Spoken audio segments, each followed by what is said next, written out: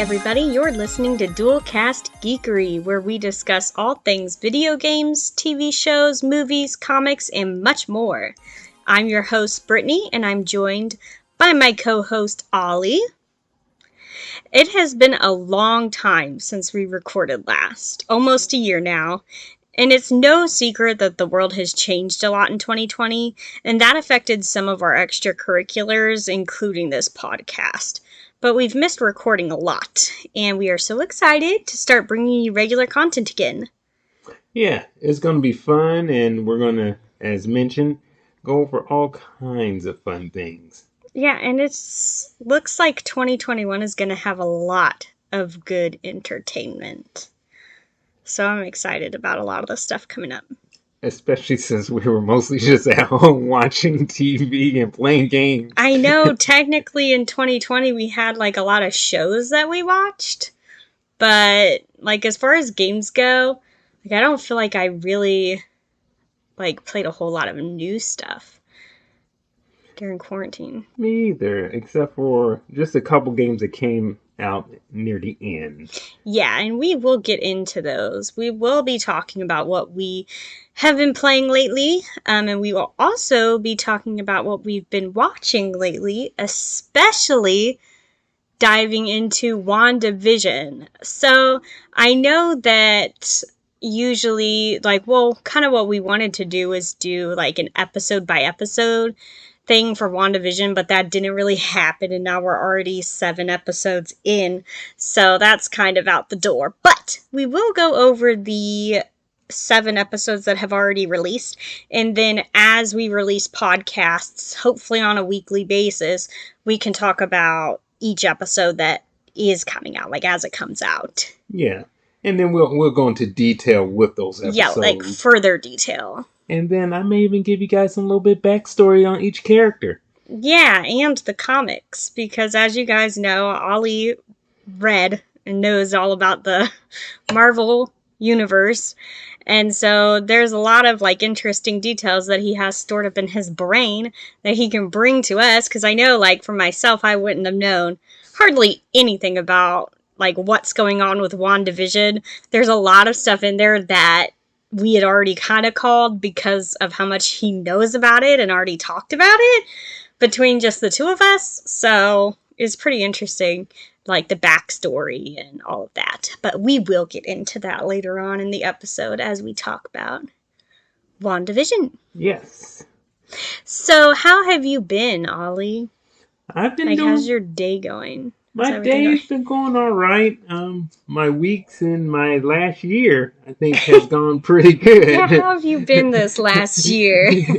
This last 11 months. Yes. It's been 11 months since we recorded last, by the way. I know. It's almost a whole year. And March 27th was our last episode air date. And I am liking the weather because, in the past few weeks it's been terrible. Yeah, like we're talking here where we live. It was in the negatives on a regular basis, at night especially. But yeah, it would maybe hit like 2 degrees during the day, snowing. No ice really, but the snow would kind of melt and then it just turned to ice. And eventually they even stopped bothering plowing our road, even though our road is like an emergency road. So it was an issue, a whole thing. I mean, it's pretty bad. Maybe not as bad as Texas. Sorry, guys. Yeah, I know, that sucks. We are sorry if anybody listens from Texas and down south where all that craziness has been happening. Our thoughts are with you guys. Yeah. Because that sucks. It does. It really does. But it has made for some good, like, TV and movie watching this winter, being all holed up and having a lot of new stuff to watch, because it just seems like all of the streaming services have been getting so many new shows. Like Hulu finally put on the last 3 seasons of Criminal Minds that nobody had had. You had to pay like $37 to get any of the seasons, like the last 3 seasons. But Hulu has them now. They have Modern Family, so I've been catching up on that entire series. Again, going back over it. Yeah, and then there's HBO Max, which has like everything else. Yeah, HBO Max. And they have a lot of deals going on over there with movie at-home theater releases. Netflix has been coming out with a lot more content over the last year and is going to be coming out with even more. Yes. And then, of course, Disney Plus. Was Disney Plus a thing when we were recording? Wait. Disney? Surely, because Mandalorian. Yes. Yes, it was a thing. Because Yes. Mandalorian, Season 1 the first was a thing. season was out. Yeah, and that was last winter. And that's the only show that they actually really produced or had going. The only series for the streaming for service. Disney Plus, Yeah, it was the first one, and it was a good one. Yeah, they definitely it was good. Started off strong. Yeah, it did. And are continuing to do so with WandaVision. Mm-hmm. So let's go ahead and just kind of jump into the gaming side of our discussions today. Let's talk about what you've been playing, Ollie, very first. And then we'll get into mine. What I've been playing Marvel Avengers. Okay. I heard that it was, pretty bad whenever it first came out. There's a lot of glitches and so says the people. Yeah, so says the people. But when I got to it, I think I got it around November. Didn't I get it for you, like Black Friday deal or something? Yes. Or right before Black Friday. Yes. When GameStop did like their week-long, like they had like a month of Black Friday deals. Yes. So it was back in November that you started playing. Back in November I started playing. So it's about 3 months after it came out, or 2 months or something like that. And I guess they released a lot of updates and had some fixes. I have to say, I truly enjoy the game. Mm-hmm. I love the game. And this is coming from the perspective of someone who's just playing single player, right? Yes. Like you're only playing single player. Are you really going multiplayer at all? I haven't gone multiplayer at all, and I've been planning on doing that. I think that'll be fun too. Mm-hmm. But I've just been playing the single player missions and just doing single player stuff, and I've enjoyed like building up the characters. Like I thought my favorite characters would be like Hulk and Thor, which they are still one of my favorite characters.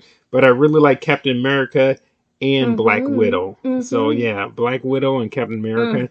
And I also like the Hawkeye girl. I can't remember her name right now. Oh no! How dare you? Shame!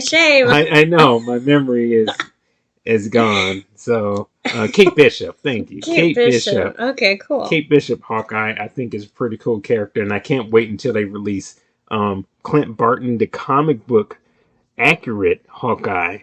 He's BA. That's all I gotta say. So it kind of is interesting to me that they would release female Hawkeye and then directly after male Hawkeye. Yeah.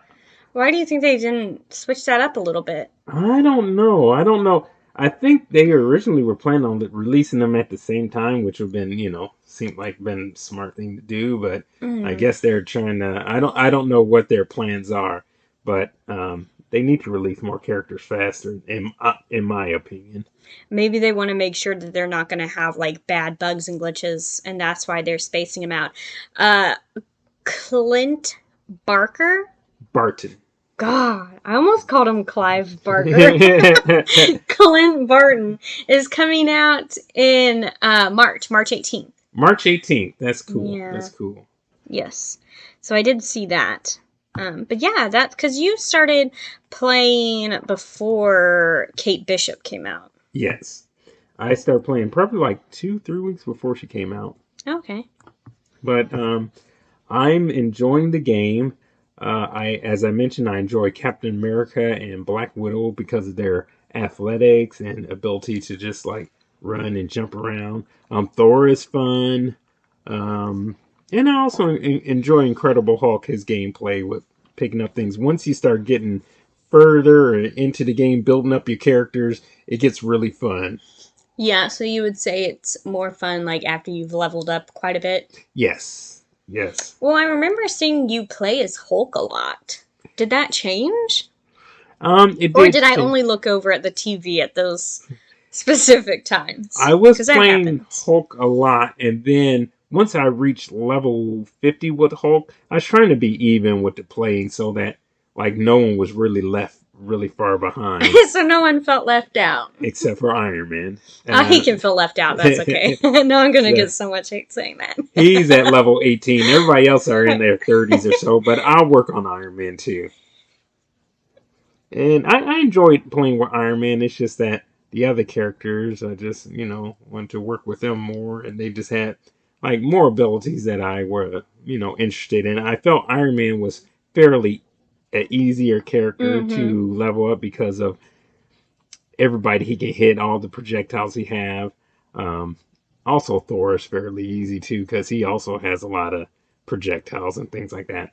But I really like the game, Cool. and as I keep saying, Captain America and Black Widow, they're really fun.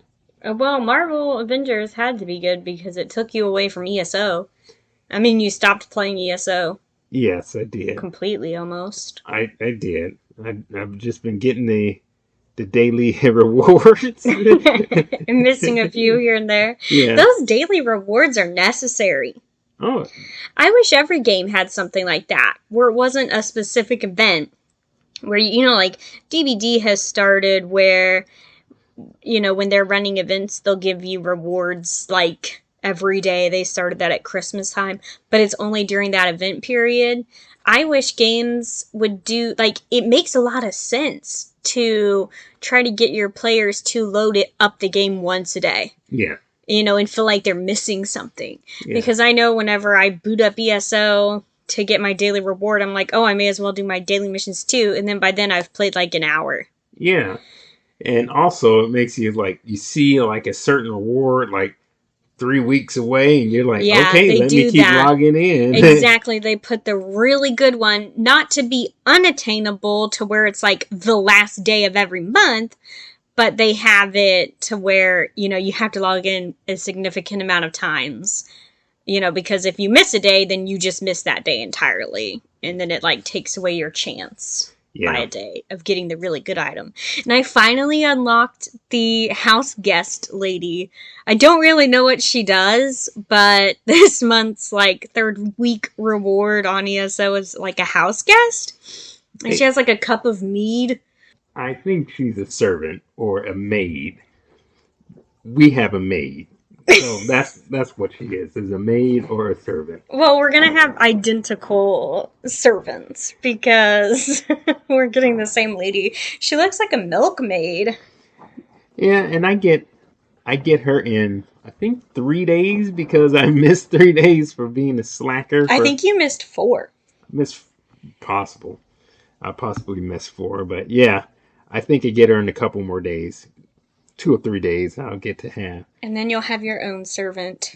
For my small bedroom. I don't even know if she's gonna fit in your home, your room. I think I need to upgrade. Well, that's cool. I'm glad that you've been enjoying Marvel's Avengers, and that just goes to show that when people like try to dog on something, like just because they don't like it doesn't mean that you're not going to enjoy it. And people have different play styles, so they can enjoy different things about the game, Yeah, I've learned not to listen to some people, the way they grade things or way they, play things and how they just think of other games and movies, because I found that people have dogged on movies and games and I enjoyed them. So, Right. I just got to go by my own feelings. Yeah. Like personal opinion, doesn't mean the same thing for everyone. So that's cool. So I know because it's been a long while since we recorded last, I have obviously played a lot of different things in that time. I think the last time, like the last episode that we released, I was on the hype train of Doom Eternal. Yeah. I just finished it and was like going crazy, like replaying it and really enjoyed it and all that.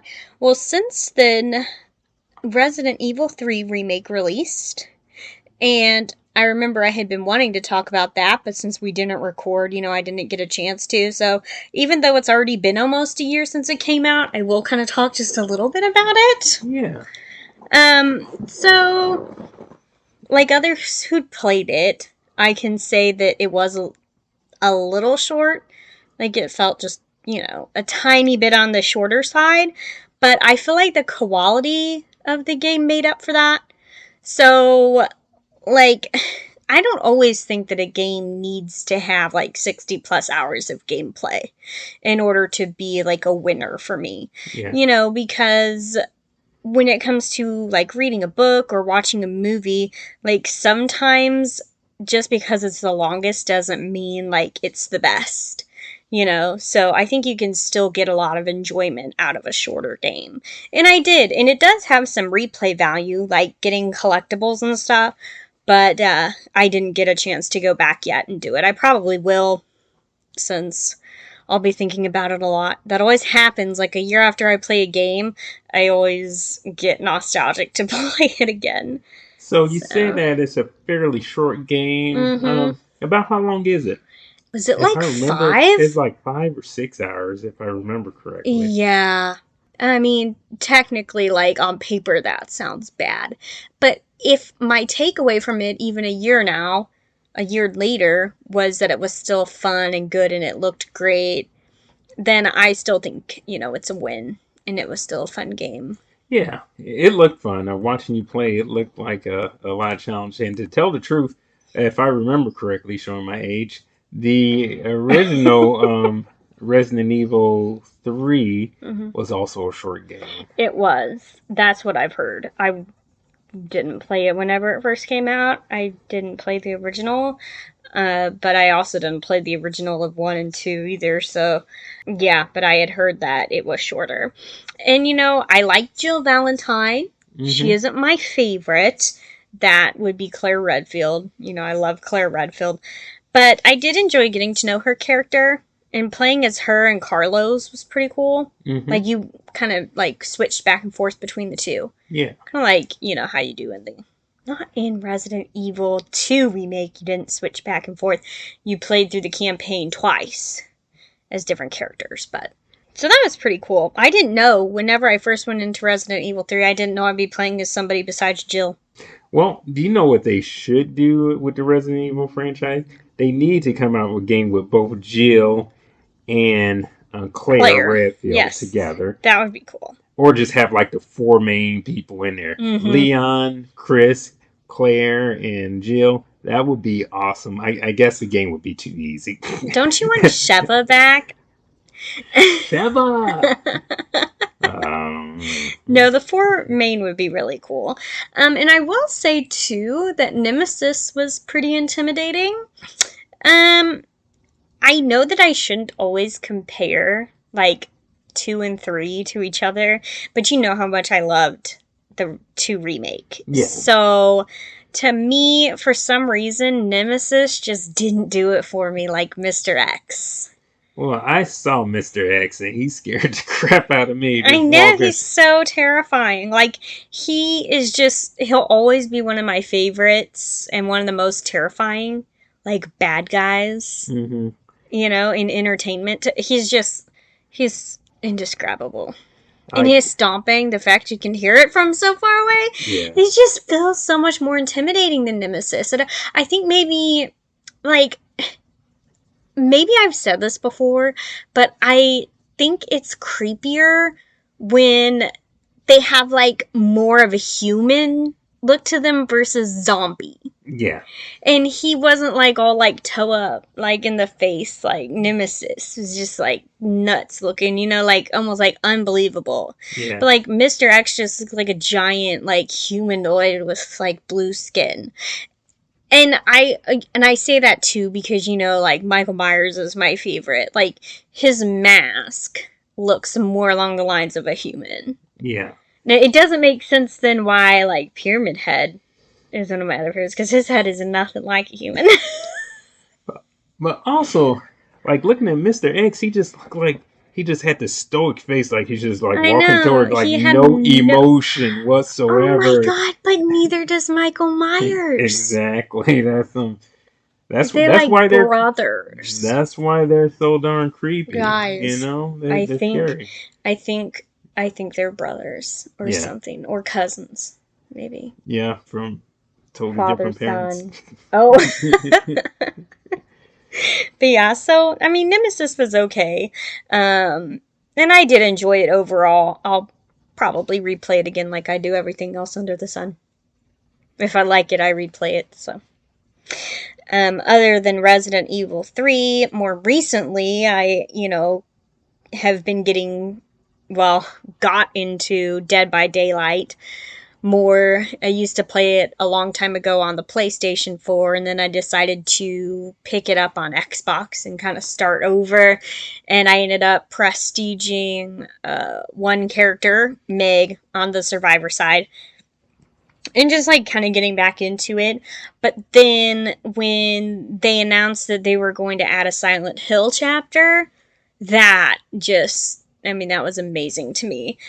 Because, Silent Hill is one of my favorite series ever. So, of course, I see that DBD is adding Pyramid Head as a killer, and Cheryl, aka Heather, aka Sharon, they're all the same person, adding her as a survivor. So that was pretty cool. And I just started playing Killer more, played a lot of Pyramid Head, and eventually got to rank 1 as survivor within that time. So, and I think I'm only I think the highest I've ever got on Killer is rank 10 because I'm not the greatest and I always go up against Swifts, Survive with Friends, just a group of people just teabagging me and body blocking me all the time. So it is what it is, but sometimes I have to put down the controller after playing Killer a lot.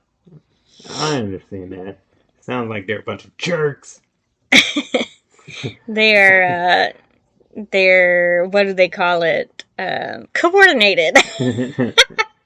Well, I played Killer, and it's pretty difficult. It's pretty difficult to keep an eye on people because of the first person perspective. Having that third person perspective, you can see everything behind you. You can be behind a wall and see where you just can't do that in the first person perspective as a killer. But what kills me is that when I'm a killer, I feel that way. I'm I can't see where they are. I can't chase them as well as I think I should. They completely own me at looping, and they know where to go and they know where to hide, and I can never catch up with them.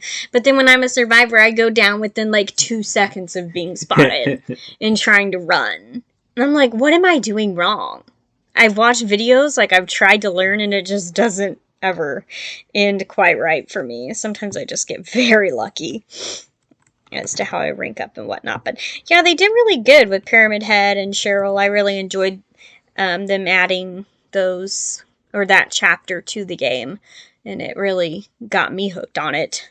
Yeah, the level looks really cool too. It looks I know. To I've never played the Resident Evil game, but I did watch the movie or the Silent Hill game. Yeah, I'm sorry, the Silent Hill game.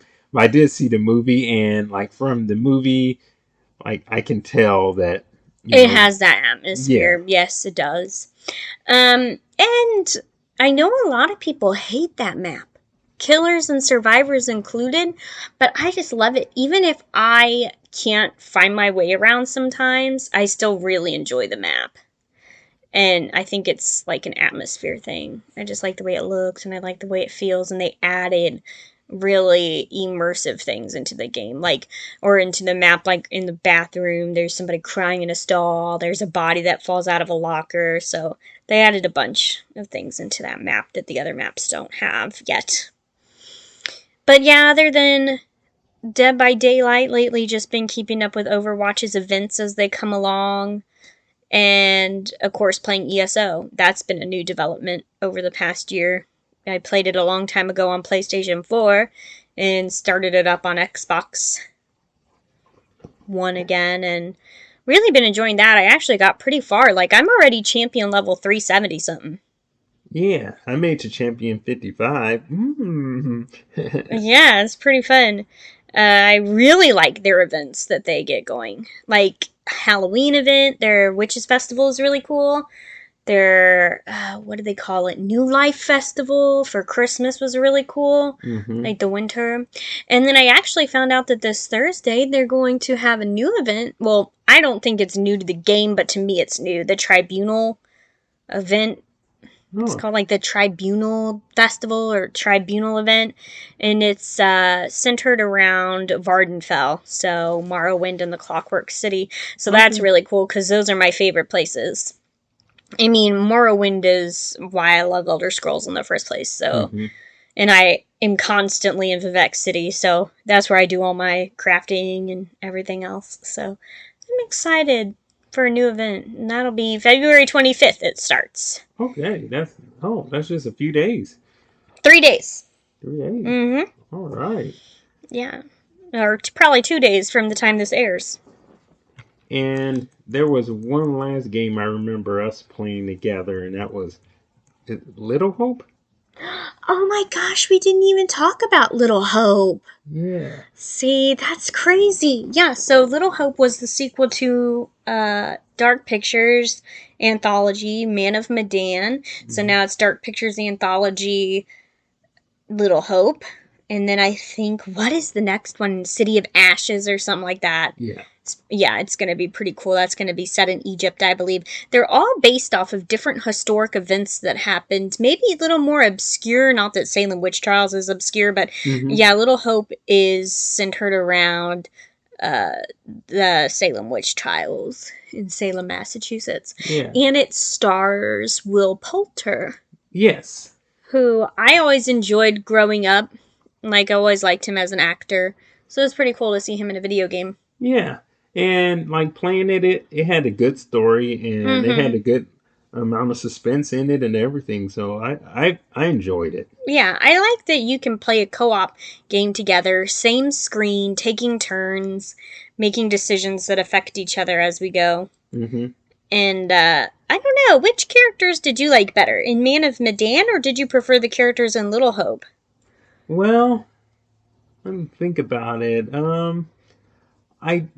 I did like some of the Man of Medan characters, but I think I gravitate more toward Little Hope. Some of the Man of Medan characters, they had some really weird things that they were saying that kind of threw me off on. Really? Like being kind of jerkish, you know? Yeah, like, some of them were, like Alex, am I but, right? Yeah, Am I right? I mean, it's like every response was like being a jerk. I was like, man, you guys are a bunch of jerks towards But each was other. that him, or was that you choosing those decisions? Oh, that was him. Like he didn't. Sometimes he didn't have a good decision that you can make without sounding like a jerk. Yeah, that is true. I totally get that. See, I think I preferred Man of Medan characters. I don't know, I just felt like I kind of like vibed with them better, got to know them better than in Little Hope. And there were more characters in Man of Medan, I believe. Were there? I think there's 5 in each. But it does feel like there were more because you had like the pirates that came up. Like you had more people to interact with. Yes. Than in Little Hope. But very true, yes. I could just be thinking that. I mean, it might just be the way it's set up. There might really actually, yeah, there were. Wow, there were but more. then again, the flashbacks in Little Hope they allow did. for more people. I don't know. I mean, I would say if you're looking for something spooky, and Lord willing, we're going to be continuing these podcasts indefinitely now. So when Halloween pops up, we should be doing some like horror podcasts, like really suggesting good spoopy games for the month of October. Yeah. So we'll get into those then as well. So moving on, I guess we should go ahead and talk about TV shows we've been watching. TV shows? Which we can't say all of them because that would take days. We sound like couch potatoes. We watch so many shows, some of them I can't even remember. And it's almost not even fair because I always have shows on my second screen while I'm playing certain video games like Overwatch and ESO. I always have my PC also playing something, streaming on a device. So, I mean, we've been watching so many hours of television, it's just crazy. But, one thing that I noticed you had been watching quite a bit that you were very, glued to was that Sweet Home show on Netflix. Oh, yeah. So why don't you tell us a bit about that? It is a Korean show, and it's pretty interesting. It's kind of like a Walking Dead-like series in a way where there's this apocalypse, and you get the disease or you don't get the disease. At first you think it's like a normal zombie-like disease, but then you find out that it's more of a curse. Oh. So it's not something that you can get through blood or through coughing or anything like that. It's just like you get it and you're just cursed. And And like there's no prerequisites for that? there's no prerequisites or anything. You just get cursed. It's like there's no way you'll know if you're going to be cursed or not. So, and whenever you do get this curse, you transform into like hideous monsters, and you get like based off of, from what I can tell, based off a person's personality or how they are, that's the type of monster they'll become. Like, it looked like one guy looked like he is like a real athletic like person or whatever, and whenever he's turned into a monster, he's like super fast. And Oh, wow. then, like, I guess another person, you see like this big hulking looking creature. He looks like the Incredible Hulk, but bigger and like monstrous, and like he's just full of muscles, and it just reminds you like he must have been like a physically fit type person who like Mm-hmm. lift weights, and like they're just like real freaky and they're murderous. And they just kill anything. No reasoning with their killings. They just like to kill. And the story starts off with like the main protagonist. He actually gets the curse as well, Mm-hmm. but he's able to like, for some people, if they don't have like any real commitments to anything, like they can survive. They don't just outright become like a monstrous freak. So if they don't have an emotional tie to something. Yeah, he Hmm. was. His backstory is pretty sad. He got bullied a lot, and Mm. he like kind of wanted to attempt suicide. Oh no. Yeah, and he was just kind of like done with life, and so whenever he got it, it was like he didn't have like a real purpose or anything, Mm-hmm. and I guess that affected like his transformation. Mm. And like once he like you get a purpose, then you can become monsters or whatever. Well, But let's hope he doesn't fall in love throughout the show. hopefully not, because that usually makes people go crazy. But it introduced a nice like different type of characters throughout, and you start to like a few of the characters. I liked about four of the characters, and it's a pretty good show. So I know I like released a lot of information on it, but if you want to give it a try, just like go watch it. They have it's in English dub, Oh so yeah. I enjoyed it, and the mouse match up pretty well. It looked very graphic. Oh Whenever I would like look over, I was like, "Oh dang, that's like a very graphic show," which bothers me none. But just so you guys are warned, if you oh decide to yeah, go watch it, it's very horrific yeah it is. and very graphic. Almost like a Stranger Things meets Silent Hill. Yeah, it's pretty violent with Yeah. like the deaths and the blood and like Hmm. some of the killings, and it can be pretty emotional too. Yeah. Very, from what I could tell. Yeah, There was crying and screaming everywhere. yeah. But it's a pretty good show, really good show. Like if they ever do a second season, I am down to watching it. Well, yeah, let's hope that they do. Yeah. And that was called Sweet Home. Yes. Yes, on Netflix. A Korean horror thriller. Yeah. And don't mix it up with Sweet Home Alabama. Two No, totally different. no. And I don't believe it's in relation to the game Home Sweet Home, which I started playing not too long ago. But it's pretty cool, too. It's a horror game, like a short first person horror game. Oh. Yeah, that's kind of cool. Kind of has like the same type of feel though, but it's not related to that, Oh. as far Okay. as I know. I didn't even know about that game.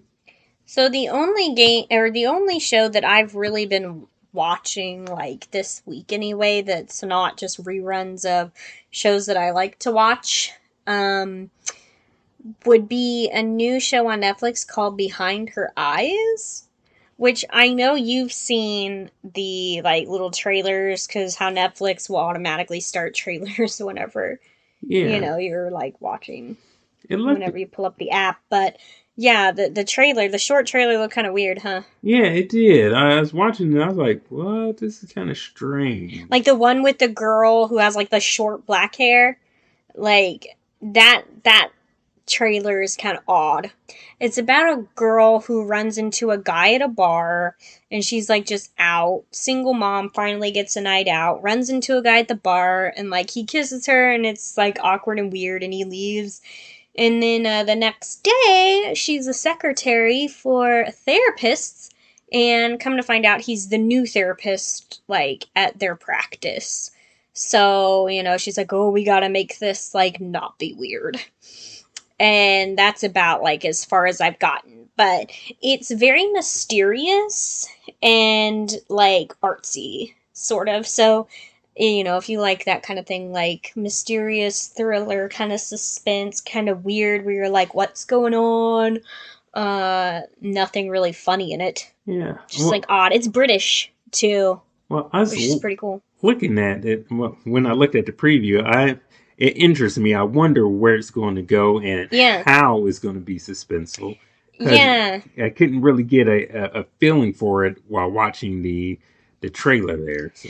Well, that's why I think even if you don't normally watch those kinds of shows, those clips in that first episode is going to draw you into it, because you're just like, I don't even care if I don't like this genre or really watch these kind of shows. I want to know what's going on. Yeah. So they did good with that. I think they did too. Yeah.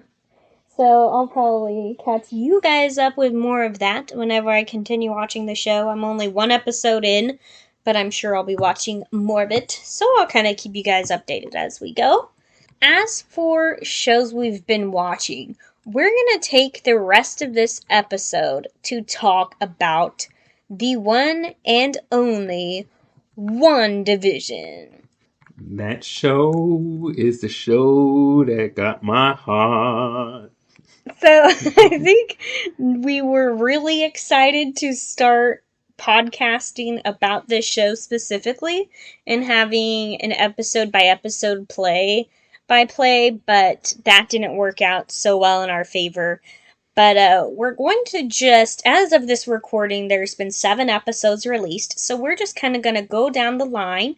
If you haven't seen it, then and you don't want spoilers, then do not listen to the rest of the show.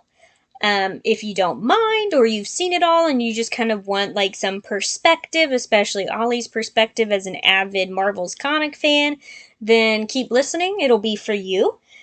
But yeah, and then as the show finishes out and as we record, we'll just talk about it every episode and kind of give like a spoiler warning.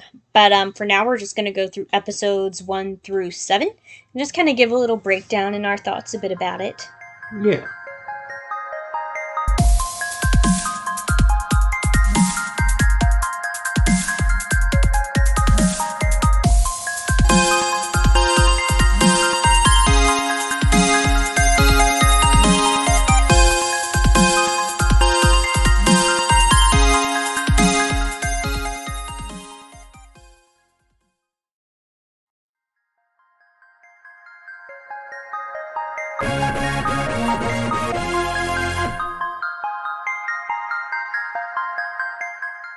So, spoilers from here on out. Spoiler alert, spoiler alert. So, WandaVision was a show that we've been looking forward to for quite a while. I always thought Scarlet Witch was a pretty cool character in the MCU.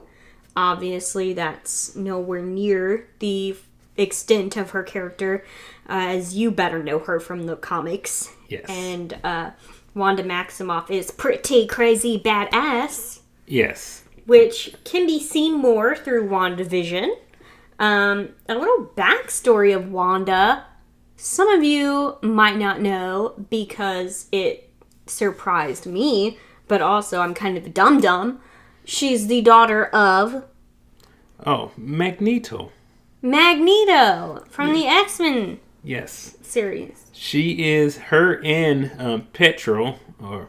Pietro. I can never say that right. Straight up butcher. No, Pietro, or also known as Quicksilver, they're twins, and they are, their father is Magneto, and it's a pretty cool story. They actually have a third sibling, And that third sibling was also in another Marvel television show, and her name is Polaris, and she has similar powers to her father. Okay. So there's actually 3 of them, but I believe Polaris is the younger of them, if I remember correctly. Yeah, the reason that they didn't introduce that is because that whole issue with like the X-Men and then the Avengers, the rights stuff like that. So things may get kind of switched up and may just get merged in where, like, whenever they do introduce mutants into the Marvel Cinematic Universe, that they may introduce that concept of her being the daughter of Magneto. Because they can now, right? Yes, they can. Disney or Marvel Studios acquired the rights to the X-Men? Yes, they acquired just recently. Mm-hmm. We're going to see some mutants up in here. So that's a little backstory to Wanda. Let's go ahead and dive into episode 1 of WandaVision. So it starts off, like a 1950s sitcom. Now, as someone who loves old shows like Leave It to Beaver and I Love Lucy, I personally was very excited that they were doing that. And I probably would have been okay with even more episodes being like that, which might make a lot of people mad me saying that because a lot of people didn't enjoy that. But I personally found it great. I thoroughly enjoyed it myself. I mean, everyone has their own opinion, but I thought it was great. It reminded me of my childhood, of me sitting down watching like those older shows on Nick at Night and stuff like that, and it was fun. Yeah, it was fun, and it was cute and adorable, and that's just what we needed, for the beginning of 2021. And I just smiled like the whole time that those 1950s episodes were playing. The first 2 episodes were playing. I was just smiling, and I was so excited. You were smiling, especially the first episode. You were smiling all the way through until it hit that one point where things got awkward. Yes, and we will talk about that. But yes, it just was very nostalgic, and it was just done in a fresh way. It was just nice to see something new. Modern day spin, kind of, like something new on our screens that looked old, if that makes sense.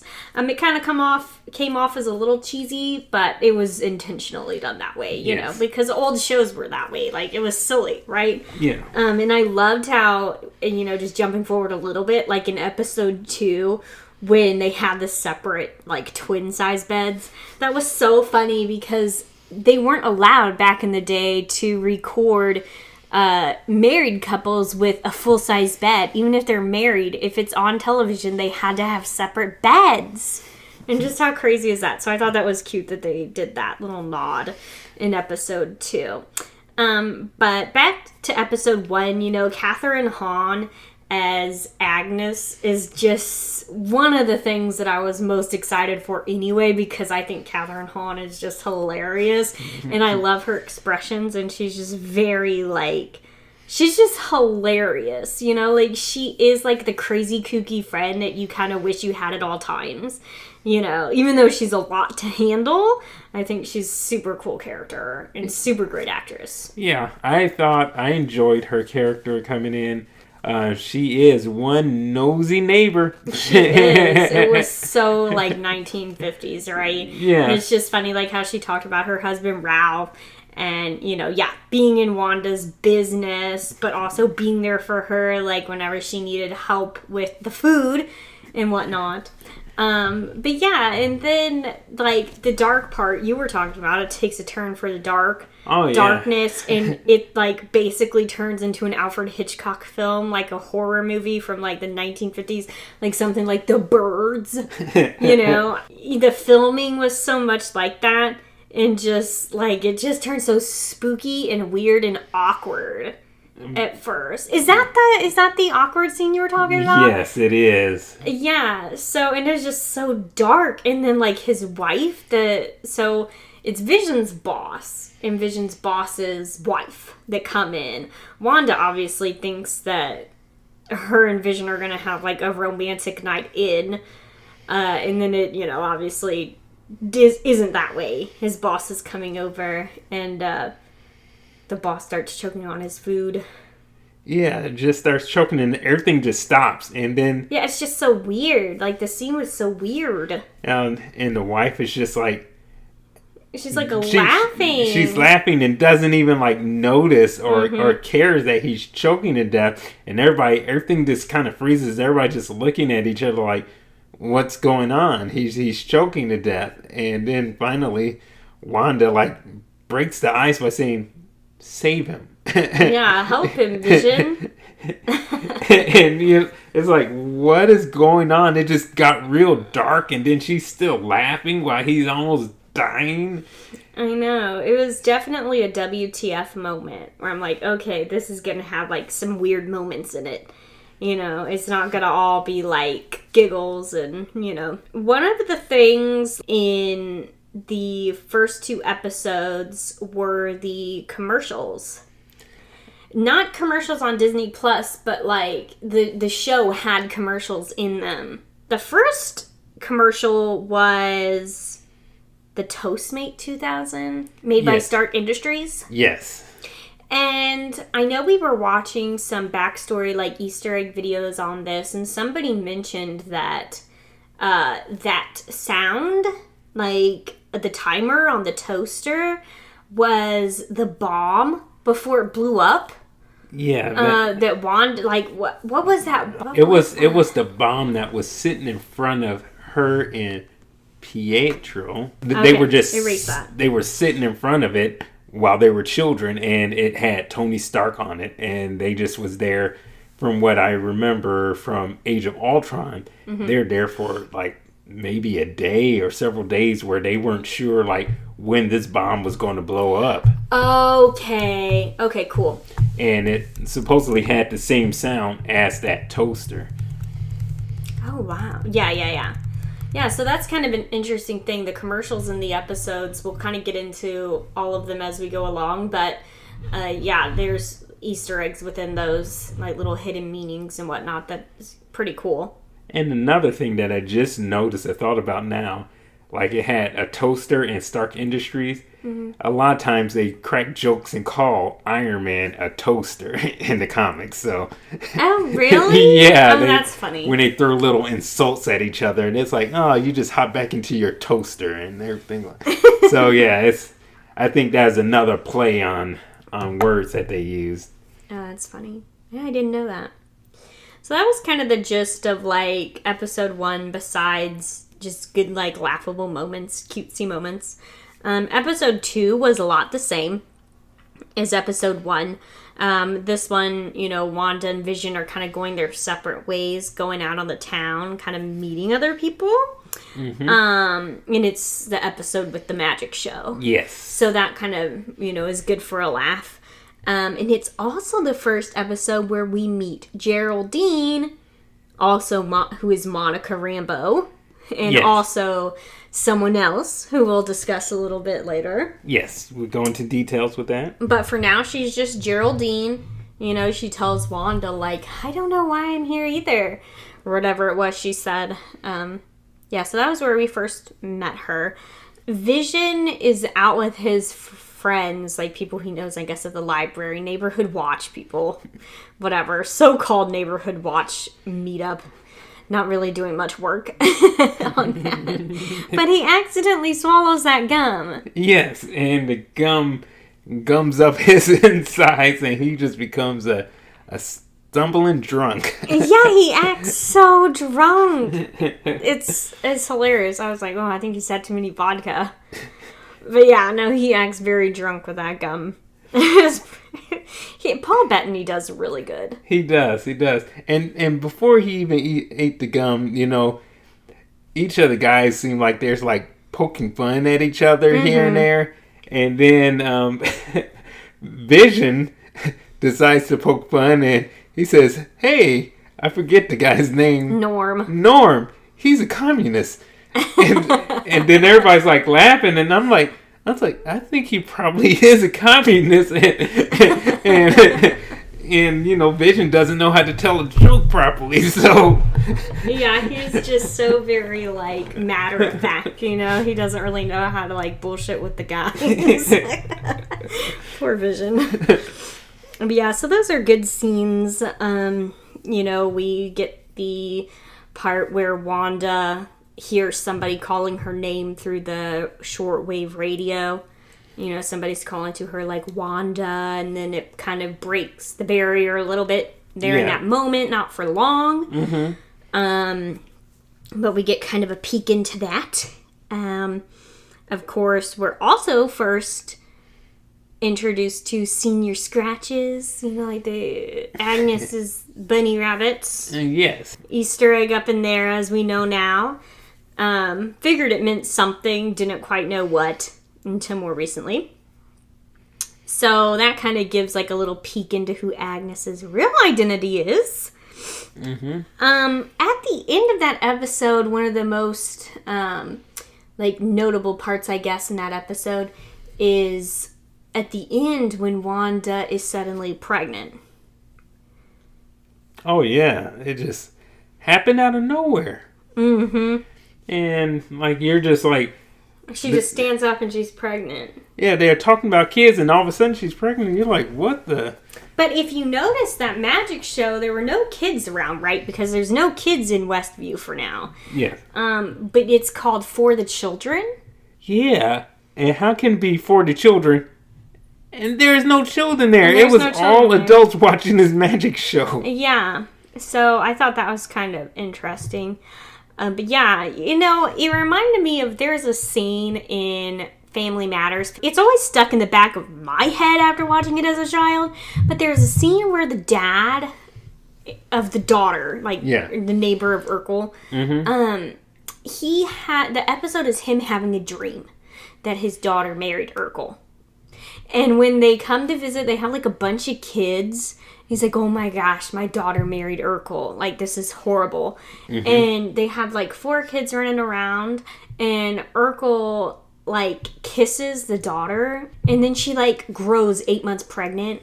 And she says, oh, it seems like these days all Urkel has to do is kiss me and I get pregnant. And the dad is, mortified. And it's a dream, so it's super over the top. But it just reminded me of that so much when I saw that. Yeah, it was just, it's kind of surprising that it just happening all of a sudden. You're like, whoa, what's going on here? But then again, it is Wanda Maximoff. Very true. So nothing can be, and Vision. I mean, she's married to a computer. Exactly. So anything is possible, right? So then we're moving on to episode 3, which is set as, I would say, a 1970s show, wouldn't you? Or would you say more 60s? 60s, 70s-ish. Yeah. Kind of on 70s. The borderline there. Yeah. Kind of like a Brady Bunch. Yes. Very much like Brady Bunch. Brady Bunch and Partridge Family. Yes. Mm-hmm. So, to me, this episode wasn't one of my favorites. It was still fun. Yes. And, I know that they were, having a lot of comedic moments, with Geraldine at Wanda's house when she's in the middle of labor and she's like, oh my gosh, I gotta get her out of here, But to me, it just somehow, even though the episode was short, it somehow felt really prolonged. Yeah, and there were a lot of things going on. They mostly seemed to focus on the pregnancy and little weird things going on in the house due to Wanda being pregnant. Well, I think that they were really trying to push how powerful she is. Oh, yes. And how her mind can go, in so many places. And obviously she was struggling because she was in a lot of pain and whatnot. So I think they were really trying to get her powers across. Yes. In that episode specifically. But, just making it seem like one of those sitcom shows from that time period. We get another commercial. I don't remember this one as well. The Hydra bath flakes. Do you remember seeing that? The bath soak commercial? Yeah, I kind of remember it, but I don't remember as much as some of the other commercials. Yeah, some of them really stick out in your head. Yes, some of them stick out more than others, but this one wasn't as like I didn't notice as much, but of course it got Hydra. And it's Hydra, so it's a little more like in your face. Yeah. Than the other ones, I guess. But we do have some dark moments too. Things take a turn for the dark as always. There's always that dark turn moment within these sitcom episodes. Mm-hmm. And this one happened to be with Geraldine. Yes. After Wanda gives birth, she's so excited and happy for Geraldine to be there and help her. But then Wanda, starts talking to Geraldine, and Geraldine mentions Pietro. And did Ultron kill your brother? Yes. And that sets Wanda off. And she notices the sword symbol on Geraldine's necklace. And Vision is outside talking to Agnes and Herb. And she's like, Agnes says, do we really know anything about Geraldine? She's being that nosy neighbor, planting ideas in people's heads. And we don't really see much other than when Vision goes back inside, Geraldine is mysteriously gone, and Wanda does not want to talk to him about it. Mm-hmm. It's like Geraldine is just totally it's like she vanished. Who? She's Geraldine yeah, she laughed. And she doesn't belong here anymore. And you're like, what do you mean she don't belong here anymore? She's just totally gone. I was wondering. I was like, did she? I thought she straight up killed her. That's what I was thinking. I thought Geraldine was dead. I said, did she just knock her out or something? Not knock her out, but Yeah. Yeah. Dunzo. Yeah. Dunzo Geraldine. But as we find out in episode 4, moving on to episode 4, it steers away from the sitcom feel. So it starts in a frantic hospital where Geraldine wakes up. Well, we see Geraldine as a normal person in the modern world. No more 60s, 70s vibe. Wakes up like normal in a frantic, crazy hospital. And it turns out that it is after the snap. After people come back. 5 years later. Yeah. After the blip or whatever. Yeah. So, episode 4 starts off that way. And she was one of the ones that was snapped away. Yeah, she had disappeared. And then she came back, found out her mother passed away. There's a director of S.W.O.R.D., and he's talking to her, saying, your mom doesn't want you in charge right now. Blah, blah, blah. Your mother passed away, and this is how it's going to be for now, at least for 2 years, or whatever he says, 2 or 3 years. And that's when we find out it's Monica Rambeau. That's when Monica is summoned to the city limits of Westview, where all of this scenario with Wanda and Vision is taking place. She meets with Agent Wu. They talk about how, nothing can break that barrier. Nothing's coming out, blah, blah, blah. Well, Monica ends up touching that barrier. And then that's when she disappears into the city. So, as we can tell from there, that's how she got pulled into Westview, whenever the second episode started. Later in the episode, we meet Darcy Lewis. She comes on, and she meets up with Agent Wu, and they're trying to figure out what's going on inside of Westview. So it's just a bunch of, kind of backstory as to how the first 3 episodes went. Yes. And Darcy figures out that they can kind of watch what's going on inside the town by watching on TVs from those time periods. So that's how they're viewing all of this. And in the midst of all that craziness, we do get a little bit of Wanda and Vision screen time. That's where we see that Wanda did basically eject Geraldine out of the city. Threw her out of that barrier. Which we had seen at the end of episode 3. We see Geraldine fall from the sky. Out of the barrier.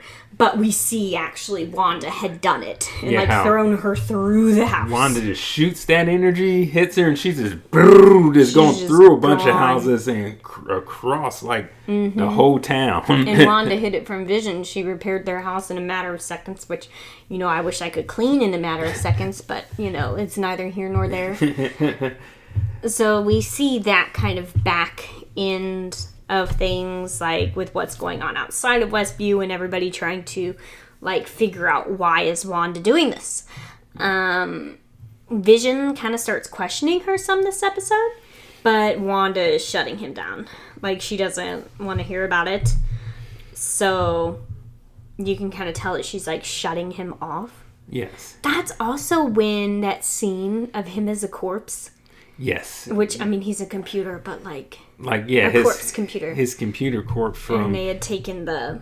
Yeah, where you see where Thanos had pulled the gem out of his head. Mm-hmm. That's exactly... The whole finger imprint is still in his head, and he just has brutal. that empty look in his eyes and everything. It's just, like, you see... Shocking. Very shocking. Yeah, just seeing that again. Yeah, so we can kind of see she's coming a little more unhinged. Like, trying to hide things a little bit more than she was in the previous episodes. Mm-hmm. And then moving on to episode 5, we go back to sitcoms, kind of back to a sitcom theme. It's 1980s. Wanda and Vision are taking care of their babies. The babies won't stop crying. They're, like, acting up. Agnes shows up offering to help, but, like, Vision definitely has, like, new parent syndrome where he's like, you know what, nobody else touched the babies. This, like, WTF moment kind of came earlier than in a lot of other episodes. But Agnes is a little off-key because she says something along the lines of, whenever Vision is, like, questioning, I don't think Agnes should, like, take care of the babies. Agnes is, like, she turns to Wanda and says, do you want to take it from the top? Do you want to, like, restart? And that's just like, what? Yes. What? Wanda's looking at her, and then Vision is looking at her. And Vision's she's like, really looking at her. Vision's like, really looking at her like, what's going on? She's like, I mean, do you want to redo this? And then it's so just like, weird. It's just like, everything just stops, and it's just like, the babies stop crying, and it's just like everything just becomes weird, and like... So weird. But Wanda gets over it, shuts Vision down whenever he questions her about it. And then the boys just randomly, the twins, just age up. To like 5 years old. Yeah. Little 5-year-old kids. It's just like, what is going on? And the thing that's so weird is, like, it just happens, and Agnes is still there, and she acts like nothing's wrong. Yeah, she's just like, this is normal. Of course, we get some outside of Westview action. Geraldine is back. The sword director, Hayward, he is kind of acting, or not kind of, he's acting like Wanda is a terrorist. And like he wants to take her down. You know, he's not having it with Wanda. And Monica Rambeau disagrees with him. She thinks that Wanda is like struggling. She's not a terrorist, she needs help. That's when it's revealed that 9 days prior to the events, Wanda had snuck into a sword facility and had stolen Vision's corpse. Which my question then is, why did Sword have Vision's corpse? Like, why were they rebuilding him? Exactly, that's the question. And not only that, in the Sokovia Accords, you're not Sokovian Accords, there's not supposed to be artificial intelligence created anymore. And once a Vision was, died, he was the only last, like, artificial intelligence at his level. They're not supposed to create anymore because they didn't want another Ultron showing up.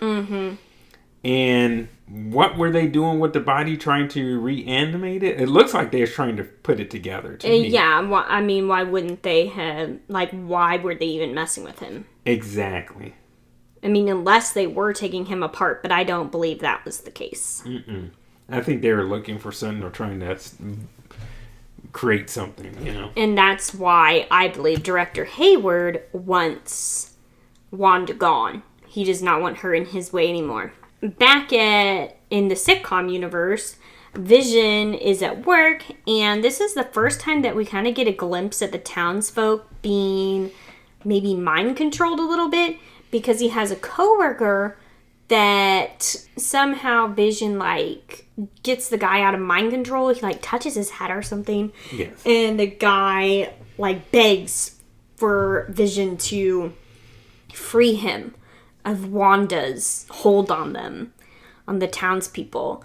And then Vision changes him back real quick, like, kind of freaked out. And then the guy goes back to acting like everything is okay. And everything is perfect. And then it's like, whoa, you know, she has maybe control over everybody in this town. Yeah. And it's like, whenever, like, he touched his head and brought him out of it, like you mentioned, he's, like, scared. And he's like this, Panic. I got family to take care of. Like, you have to help me get back to my family. So then he, like, you know, put him back into his daze. So now we know, like, everybody in the town that are just walking around are pretty much, like, being mind controlled. It's definitely the first big glimpse at that. And then there's another commercial that comes on about Lagos brand paper towels. To tell the truth, I don't remember that one much. I don't either. I don't even know what Lagos is. And that's another thing, I can't remember what Lagos is either. I know it has to do... Oh, wow. So you're stumped. So I have to look that up. I know it has to do with... It has some... It's an Easter egg of some yeah. sort. And then, you know, basically the rest of the show is just kind of feeling like Wanda and Vision are starting to have more problems. He's questioning her more, and she does not like that. There's an issue, like, with a dog. Won't really go into that. The kids find a dog. Something happens to the dog.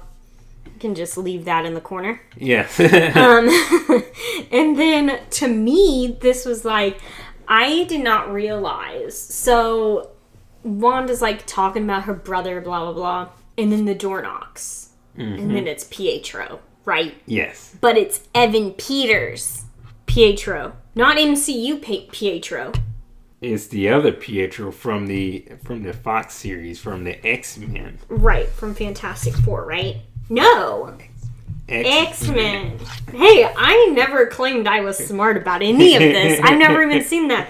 But I do like Evan Peters as an actor, so that was exciting to me. But, you know, she's like, you know, he looks different. But, you know, whatever, it's brother, it's all good. Oh, yeah. All the theories that came to my mind, that's like... There was a lot with that. Yeah. When that dropped, there was a lot. I was like, what? They brought in the X-Men version? X-Men Pietro. You know, because when Age of Ultron came out with, you know, Wanda and, you know, Quicksilver, the X-Men was coming out at the same time with their version of Quicksilver. So to see that version of Quicksilver on a, you know, Marvel Cinematic, you know, television show, like, it's just crazy. Yeah. So there was a lot to think about with that whenever he came out like that. Yes. But of course that's where, you know, the episode ends. We had to wait another week. I know. But finally episode 6 dropped. And this was the Halloween episode, which to me is always amazing. I love anything and everything Halloween, so that was very fun. It was set in like 2000s-ish, I would think. Yes. Late 90s, early 2000s. Very Malcolm in the Middle, like you said. Yes. The twins are preteens at this point. Yes. Probably like 10, 11 years old, you know. Energetic little boys. Vision and Wanda dress up in their original comic costumes. Yes. Which, that was fun. That was a fun nod to the comics, I thought. And pretty ridiculous. Yes. But hilarious. Pietro, you know, he's painted as the uncle who, like, fun, loves to lay on the couch, and, like the kids say, he's a man-child. Yes. Very much so. Super fun. Evan Peters does great at that. You know, there's just a little bit of back and forth with that in the sitcom world.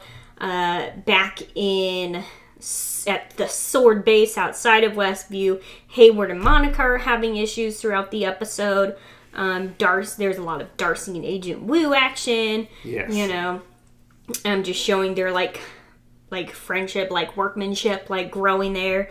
So that's pretty cool. I like their chemistry. Yeah. Like in the show. I think Monica and Darcy I love together. Yes. I really like them together. And Agent Woo is super cool. Yes. Like, they're a super cool trio. They I are. really like it. I would like to see a show with them. Yeah, You that know? would be pretty cool. And it's kind of funny that both Darcy and Agent Woo are previously in other, like movies. Oh, yeah, it's all coming together. Yeah, Darcy. It's all coming together. Darcy and Thor.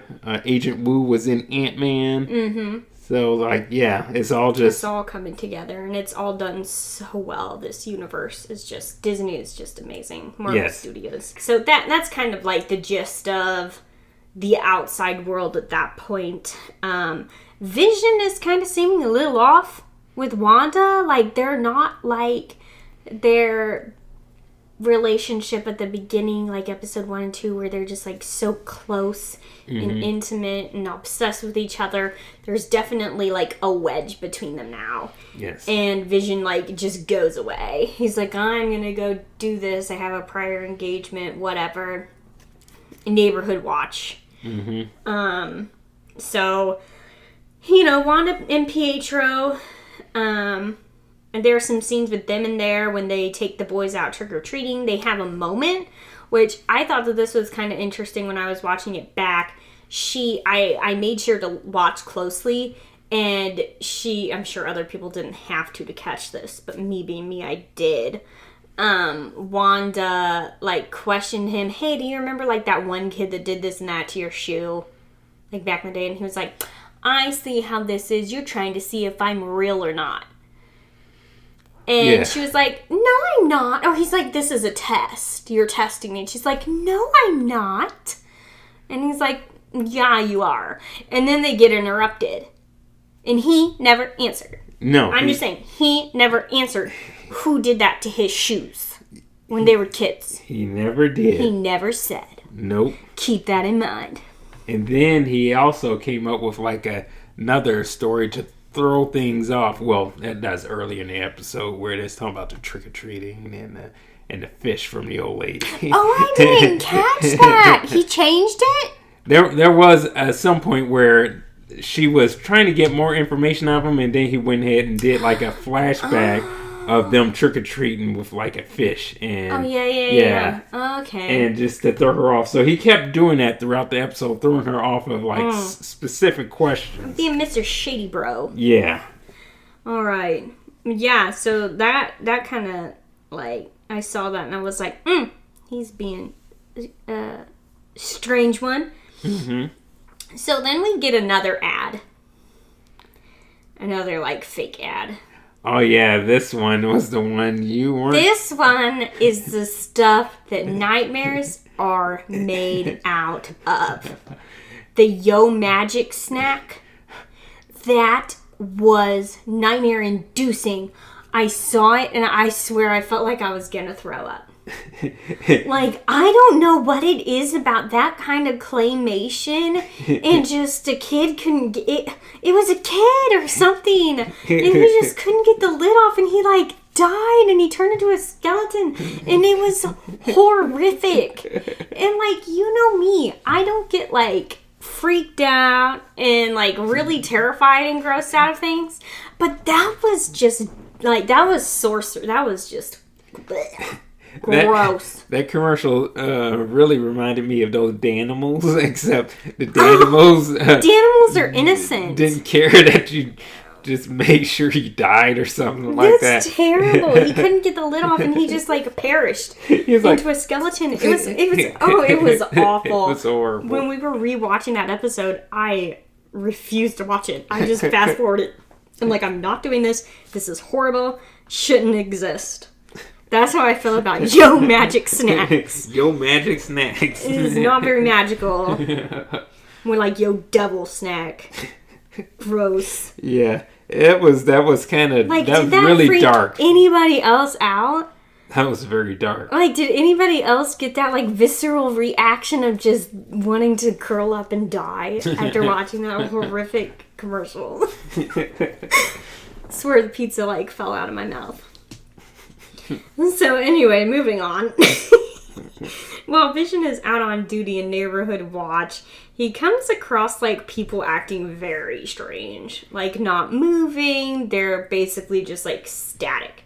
He's like standing there. The further away from town he gets, the worse it gets. Yes. Or the farther away he gets from, like, town center, I guess. Mm-hmm. Town center is where everybody's, like, lively and fun and all that. But then, like, the outer sections of town is really bad. Yeah, they're not doing much. They're just, like, either they're doing random repeated things or they're just totally frozen, you know? And he comes across Agnes driving in a car. Don't know why she's out that way. And she, like, begs him for his help. Asks him, like, please stop Wanda. It's Wanda's fault. Blah, blah, blah. She's doing this. Why is she doing this? Convinces Vision to leave the barrier, and he almost dies. Yes. He starts falling apart, like, reverting back to his old self, like, at the sword facility, like, when he was dead. And then the boys tell Wanda, oh, Dad is in trouble. And she freaks out. Pietro says some dumb stuff. And she knocks him out. Blasts him away. And then, of course, her barrier grows like crazy. Oh, yeah. Overtakes the sword base that's outside of Westview. Turns it into a circus. And it, like, even travels Darcy, for a while. It travels for a long, like, for miles. And even Darcy, Agent Wu, and Monica escape it. I believe the director of Sword escapes it. Yes, barely. Escapes. Yeah, barely. But Darcy does get... Yeah, she does get... by the barrier and turned into an escape artist. She's hilarious. I love her. Yeah. Kat Denning is hilarious. That plays, like, a bigger part in the next episode. But yeah, that's where it ends, is like, oh, they turn into a circus act. You know, which is so funny, because you know that's what Wanda sees them as. Yeah. But yeah, so then episode 7, which is the latest episode up until this recording. Episode 7 is the last one so far. This is the ultimate hangover episode. Like, this is set up like an episode of Modern Family. Yes. If you've seen Modern Family, it's done in that interview type style. I'm sure there are other shows like that, but Modern Family is the one I've seen. So it's like that. So it's like the 2009, 2010. Yeah, very modern day. Yeah. I mean, I know that's a decade now, but my gosh. Yeah. But yeah, we get it. Wanda wakes up and she's drained and she's like, what happened to last night? Like, on Halloween. Like, this is crazy. There are many, many WTF moments in this episode. A lot. And a lot of reveal. This is a turning point, I think, in the show. I believe this is the last episode that's going to be done like a sitcom, from what I heard. Okay. I might be wrong, but I'm like 99.9% sure it's the last one done that way, and everything is just going to be like normal now. Yes, because they caught up back up to our time period. And like Wanda kind of finds some things out. Yes. So if you haven't seen this episode, definitely don't listen while we go over this episode, because it is very revealing. I know we've been like going over spoilers this whole time, but this is very. But like, yeah, this one gives a lot away. Yes, it does.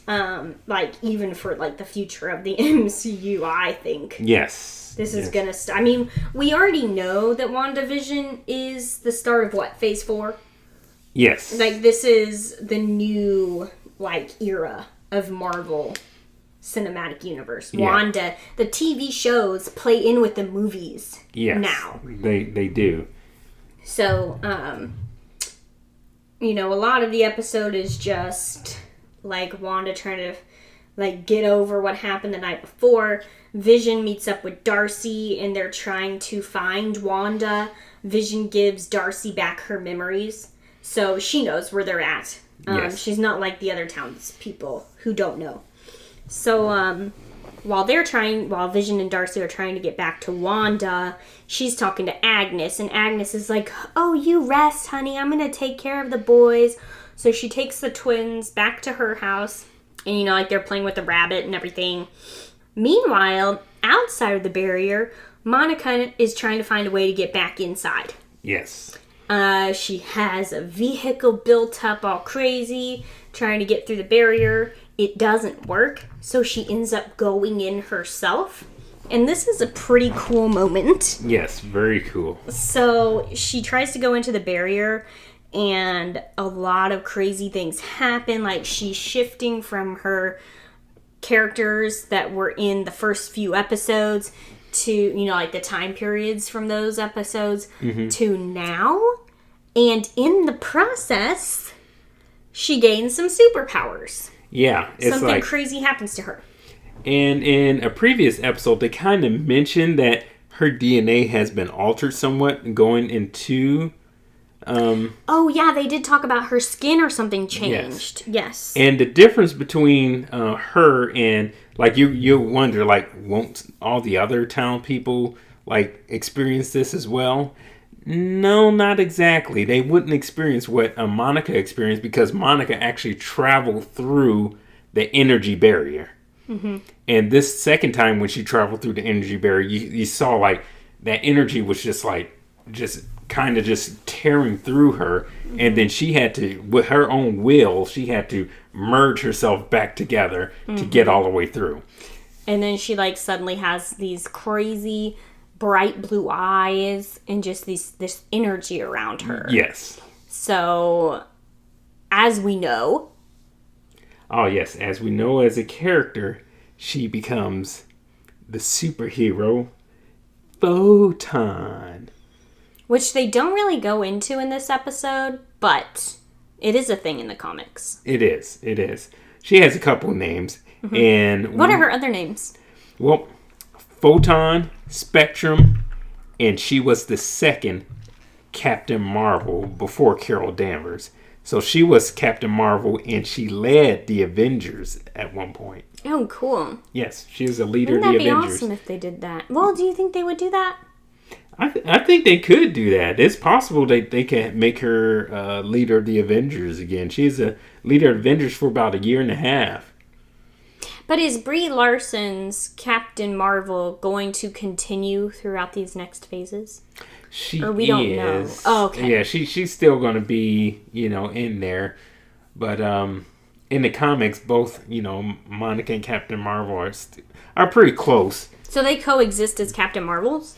No, Monica gave up that name. Okay, so that could be kind of difficult. And so long. She became Photon, and then later on became Spectrum. I mean, Captain Marvel, if Captain Marvel was her character, like, that's cool, and that can stay her character, like, within the comics and all that.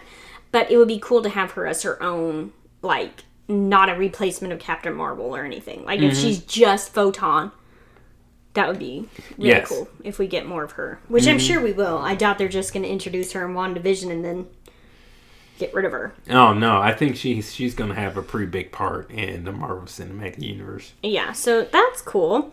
Later on, so Wanda meets up with Photon. Oh, I keep calling her Photon. I'll just call her Monica because they haven't actually named her Photon. They haven't. In the series.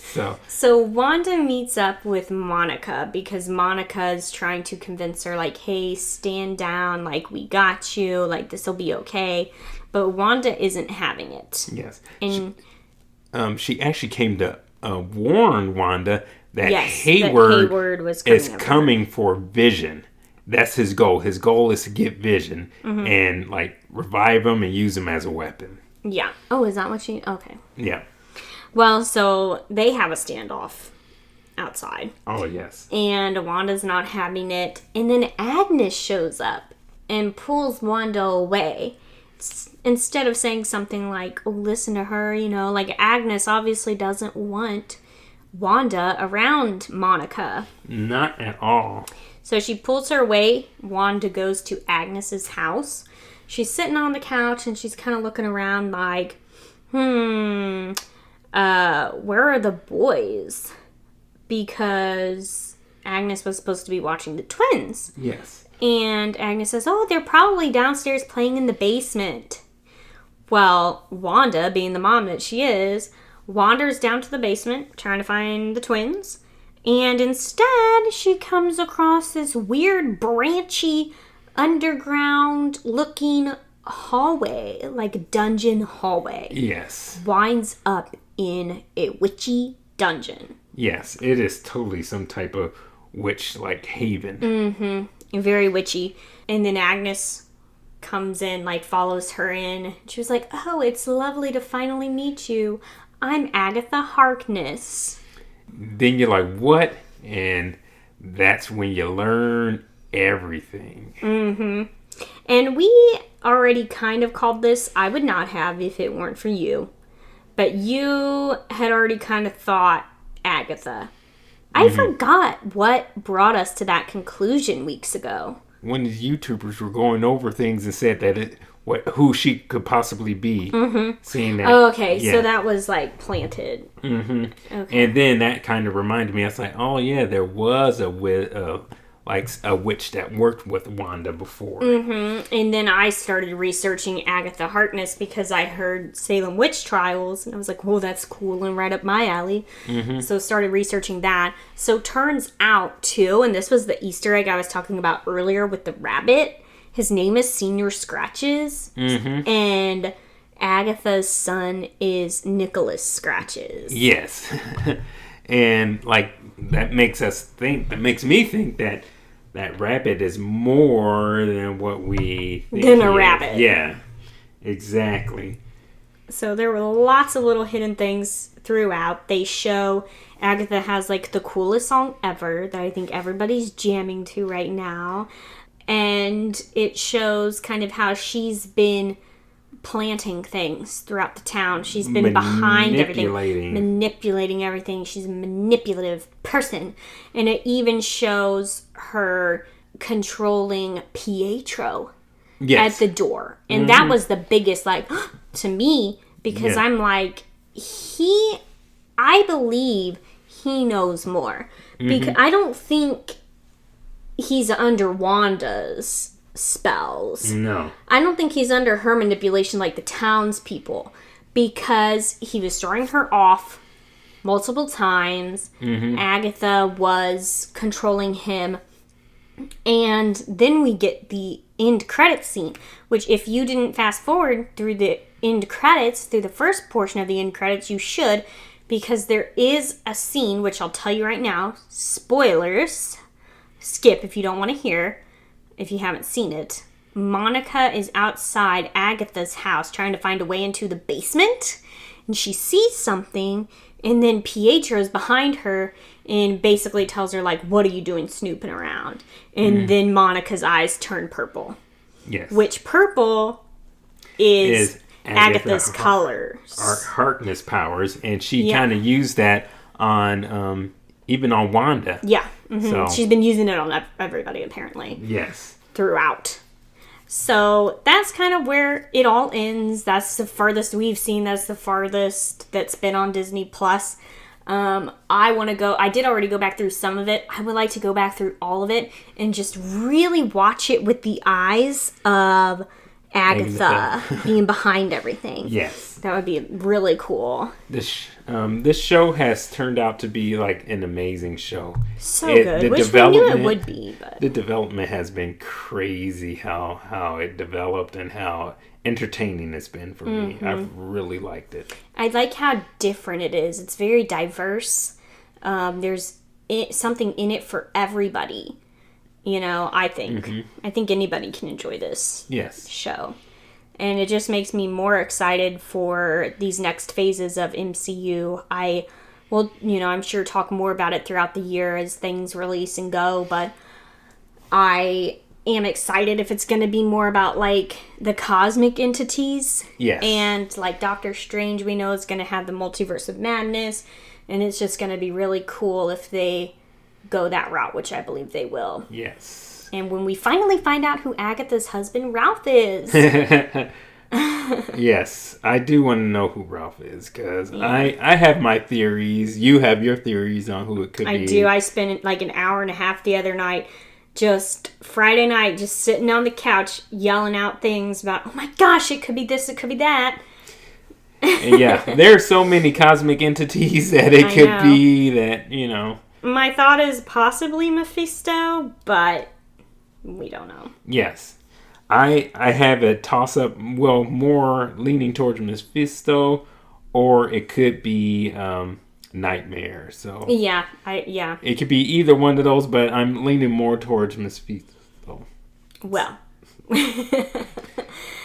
My speech impediment is getting great. That's all right. All right, guys. Well, the only thing I can suggest is to watch Age of Ultron. If you want like a little refresher on where Wanda comes from in Pietro, watch some Age of Ultron. I know Disney Plus is really pushing that. Disney's pushing that to watch Age of Ultron. After each episode. Yeah. Yes, it's always under suggestions. But all right, guys, I think that's it for this episode. Thank you so much for listening. Thank you so much for encouraging us to come back. And we really appreciate like all the listeners that we've had, even during our break.